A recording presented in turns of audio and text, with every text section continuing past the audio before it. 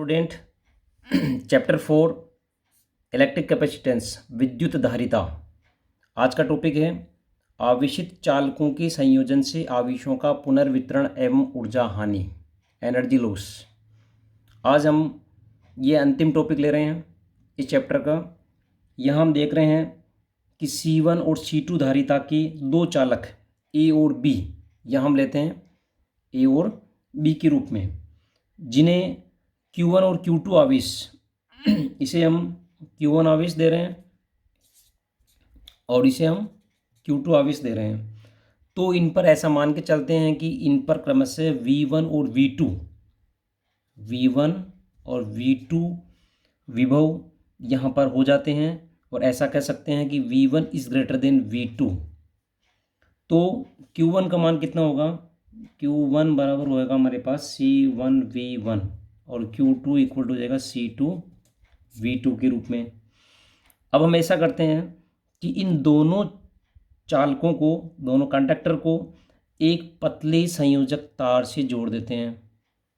कॉम्बिनेट to each other, दोनों को combine कर दिया हमने A और B को एक तार से। तो क्या होगा? आवेश हमेशा उच्च विभव से निम्न विभव की ओर चलना शुरू होता है और उच्च विभव से निम्न विभव की ओर ये तब तक प्रवाहित होता रहेगा जब तक कि इसके अंदर विभव समान ना हो जाए, V1 equal to V2 equal to V के रूप में ना हो जाए, तब तक ये आवेश A से B के अंदर फ्लो होता रहेगा।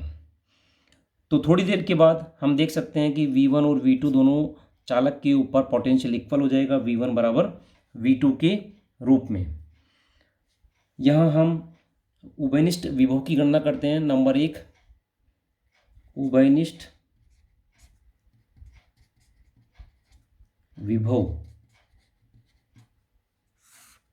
की हम कल्पना करते हैं, की गणना करेंगे। यहाँ पर V बराबर कुल आवेश बटा कुल धारिता, कुल आवेश अपॉन कुल धारिता।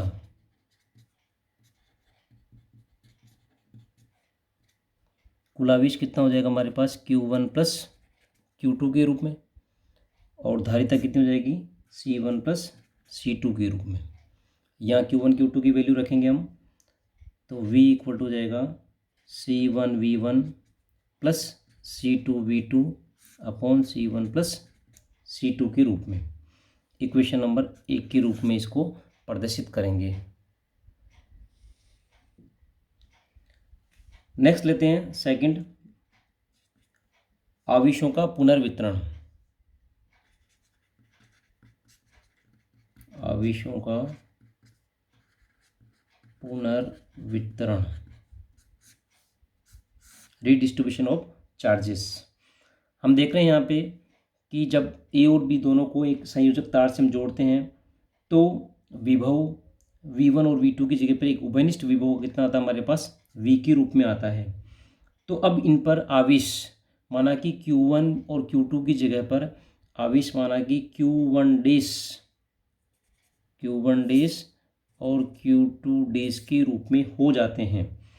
तो आवेश संरक्षण का नियम ये कहता है कि आवेश हमेशा संरक्षित रहता है बिफोर कॉम्बिनेशन और आफ्टर कॉम्बिनेशन, यानी जब हमने इसको जोड़ा नहीं है, ज्वाइन नहीं किया, उससे पहले का कितना चार्जेस है और बाद में कितना चार्जेस है, दोनों आपस में क्या रहेगा? इक्वल रहेगा। तो आवेशों के संरक्षण नियम से हम कह सकते हैं Q1 dash plus Q2 dash equal to Q1 plus Q2 के रूप में।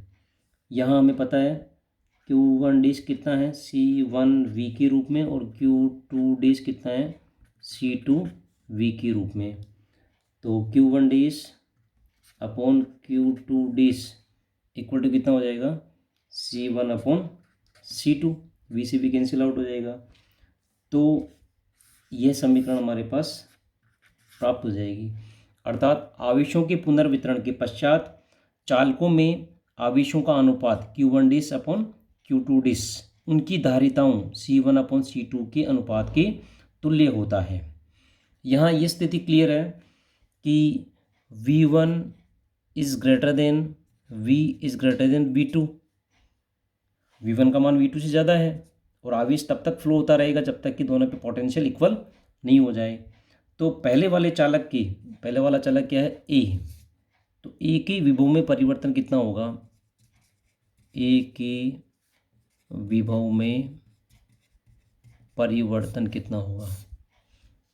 यहाँ हम ए के विभव में परिवर्तन निकाल लेते हैं, कितना होगा, delta V equal to V1 minus V के रूप में रहेगा। Delta V equal to V1 minus V का मान समीकरण 1 से यहाँ पुटअप कर दो, तो C1V1 plus C2V2 upon C1 plus C2 के रूप में रहेगा। इसको थोड़ा हल करते हैं, delta V equal to C1 LCM ले लेंगे यहाँ पे, C1V1 plus C2V1 minus C1V1 minus C2V2 upon C1 plus C2 के रूप में। यहाँ C1V1 कैंसिल आउट हो जाएगा, then we can write delta V equal to C2 common आएगा, C2V1 minus V2 upon C1 plus C2 के रूप में आ जाएगा। इक्वेशन नंबर 3 हो जाएगी। ठीक इसी प्रकार जब हम B के विभव में परिवर्तन की बात करते हैं, जब B हम यहाँ पे लेते हैं तो डेल्टा V इक्वल टू कितना हो जाएगा हमारे पास, V माइनस V2 के रूप में आएगा। यहाँ पर ये डेल्टा V1 हो गया जैसे हमारे पास, और ये डेल्टा V2 हो गया। तो इस स्थिति में कितना हो जाएगा हमारे पास, C1V1 यहाँ से लेंगे हम V की value plus C2V2 upon C1 plus C2 minus V2।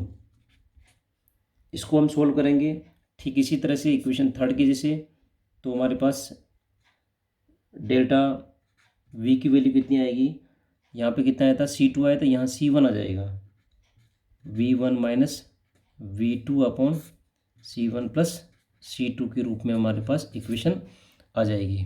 तो यहाँ इक्वेशन 3 और 4 में हमने क्या देखा, ए के विभव में परिवर्तन कितना है डेल्टा V1 के रूप में, और B के विभव में परिवर्तन कितना डेल्टा V2 के रूप में हमें प्राप्त हो गया।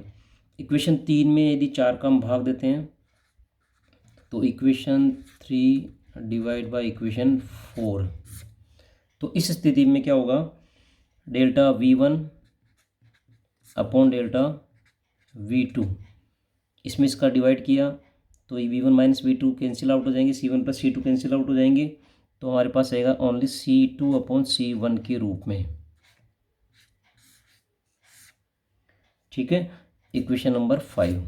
तो यहाँ एक रिजल्ट हम निकाल सकते हैं कि विभव परिवर्तनों का अनुपात delta V1 upon delta V2, उनकी धारिताओं क्या क्या है, C1 और C2, लेकिन यहाँ पर क्या हो रहा है, C2 ऊपर आ रहा है, C1 नीचे आ रहा है, तो हम कह सकते हैं कि विभव परिवर्तनों का अनुपात उनकी धारिताओं के अनुपात के व्युत्क्रमों के तुल्य होता है या व्युत्क्रम के बराबर होता है। अब यहाँ एक टॉपिक और लेते हैं हम, ऊर्जा हानि। हमने एक टॉपिक और देखा था यहाँ पे, ऊर्जा हानि, एनर्जी लॉस।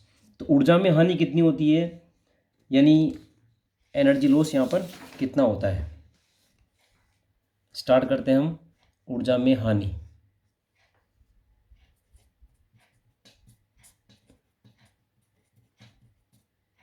एनर्जी लॉस, हमने देखा कि जब दो हमने कंडक्टर लिए थे और इसको हमने तार से जोड़ा था, तो आवेशों के पुनर्वितरण में आवेश इस चालक तार में से होकर प्रवाहित होते हैं, तो इसका कुछ अंश हम मान सकते हैं कि यहाँ पर ऊष्मा के रूप में परिवर्तित होता है, ऊष्मा के रूप में, क्योंकि यहाँ पर जब ये गर्म होगा तो ऊष्मा के रूप में ये परिवर्तित होगा, और इस परिवर्तन को ही हम क्या कहते हैं, ऊर्जा में हानि के रूप में हम मान सकते हैं।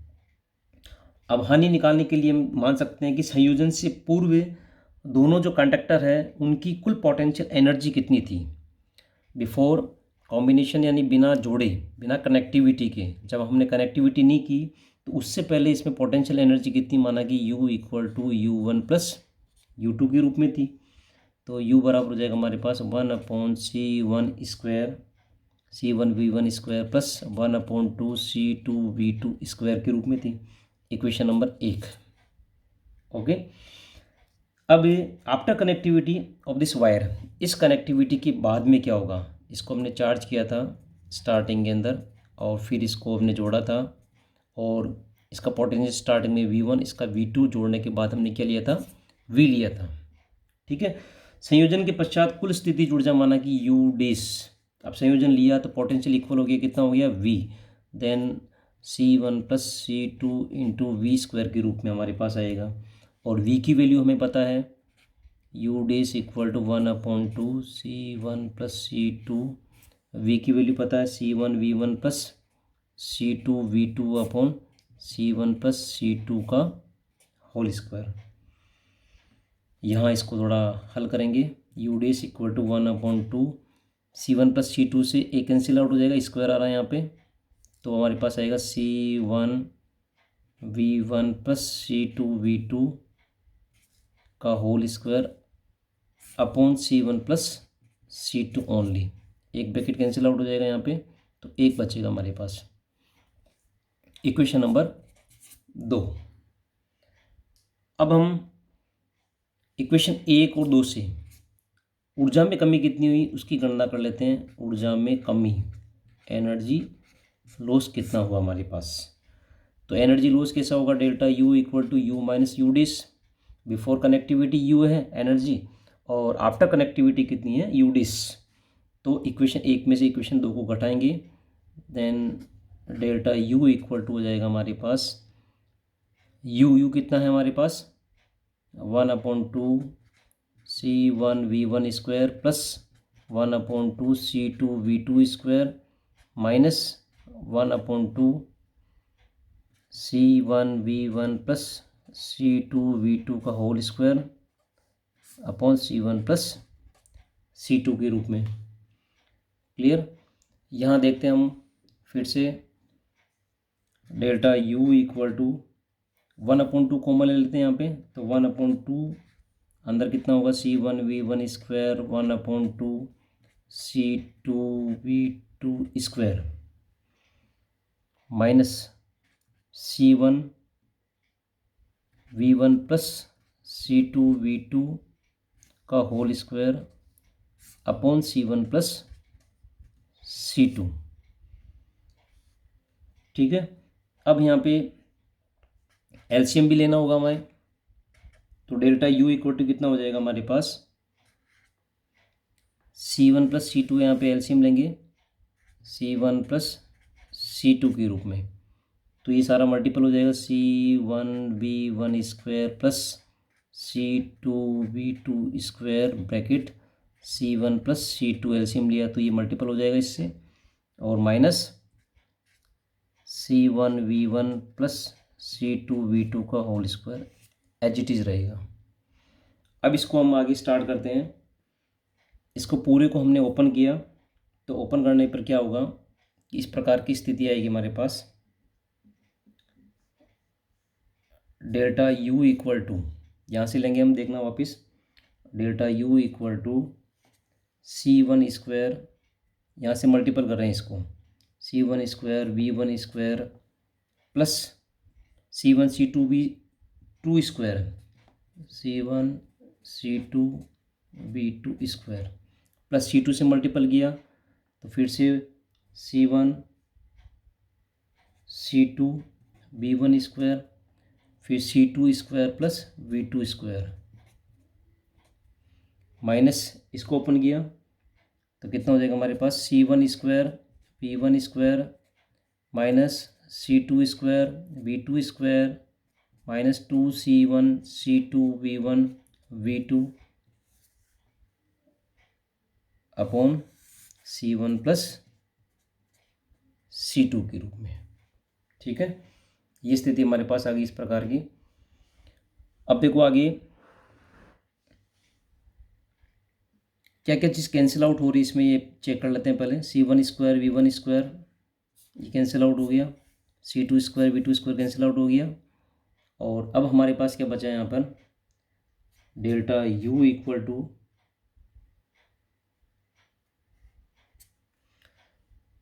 यहाँ देखिए C1 C2 यहाँ पे हम कॉमन ले सकते हैं पूरे में से, तो अंदर क्या बचेगा हमारे पास V2 square plus V1 square minus 2V1 V2 upon C1 plus C2, और यहाँ कॉमन आ गया हमारे पास C1 C2 के रूप में।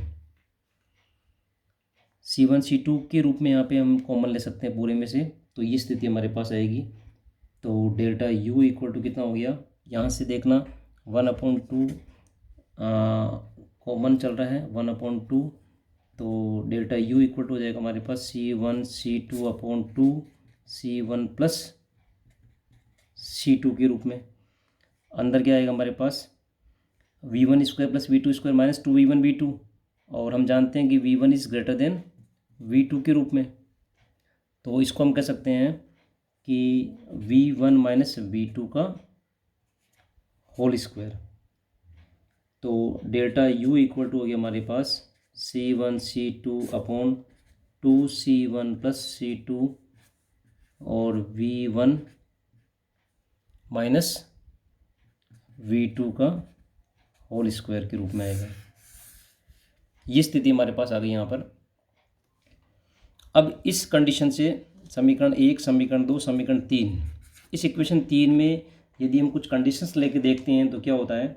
पहली कंडीशन हम देखें कि यदि V1 बराबर V2 होता, यानी दोनों जो कंडक्टर हैं उन पर पोटेंशियल क्या रहता, इक्वल होता। पोटेंशियल इक्वल होता तो हम जानते हैं कि वैसे ही आवेश का प्रवाह नहीं होता, और आवेश का प्रवाह नहीं होता तो एनर्जी लॉस भी कितना होगा, 0 होगा। तो यहाँ पुटअप करके देख लो एक बार, V1 बराबर V2 यहाँ पे जैसे हमने रखा इक्वेशन 3 में, तो V1 माइनस V2 कितना हो जाएगा, 0 हो जाएगा। तो ये सारा कितना हो जाएगा, 0। So delta U equal to कितना हो जाएगा, 0, यानी एनर्जी लॉस यहाँ पर 0 रहेगा, ऊर्जा की हानि नहीं होगी और आवेशों का पुनर्वितरण भी नहीं होगा, क्योंकि दोनों पोटेंशियल इक्वल पे हैं तो किसी प्रकार का आवेश यहाँ पर वितरित नहीं होगा।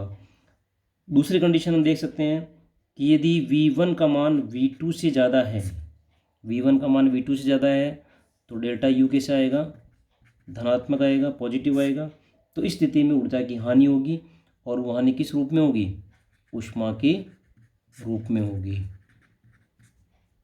इस प्रकार ये चैप्टर 4 इलेक्ट्रिक कैपेसिटेंस कंप्लीट हुआ। Thank you.